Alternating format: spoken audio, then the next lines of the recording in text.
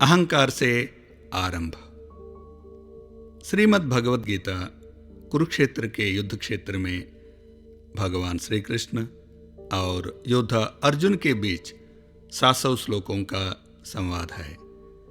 युद्ध शुरू होने से ठीक पहले अर्जुन को यह महसूस होता है कि युद्ध में उसके कई परिजन और मित्र मारे जा सकते हैं और तर्क देता है कि यह कई दृष्टिकोण से बुरा है।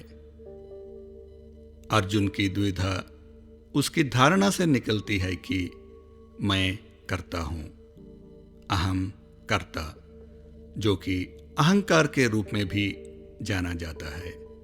यह अहंकार हमें बताता रहता है कि हम अलग हैं, लेकिन हकीकत कुछ और है।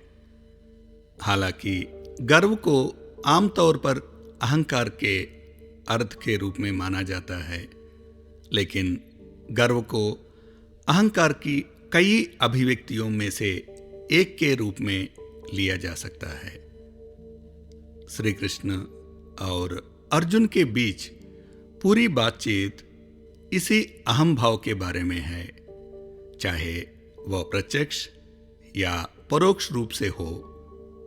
और श्री कृष्ण अर्जुन को अनेक मार्ग और मानक की जानकारी देते हैं।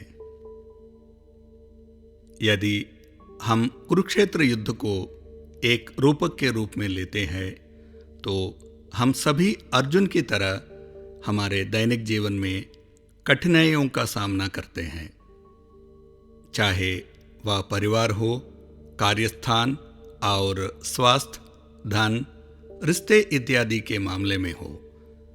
जब तक हम जीवित हैं, अहंकार को समझने तक ये दुविधाएं स्वाभाविक है। गीता हमें इस बारे में बताती है कि हम क्या हैं, और निश्चित रूप से इस बारे में नहीं कि हम क्या जानते हैं और ना ही हम क्या करते हैं। जैसे कोई भी सिद्धांत हमें साइकिल की सवारी करना या फिर तैरना नहीं सिखा सकता है, ठीक उसी प्रकार कोई भी दर्शन हमारी मदद नहीं कर सकता जब तक कि हम जीवन को खुले मन से अनुभव नहीं करते हैं। और गीता के मार्गदर्शक सिद्धांत हमें अहंकार से मुक्त होकर गंतव्य तक पहुंचने में मदद करेंगे।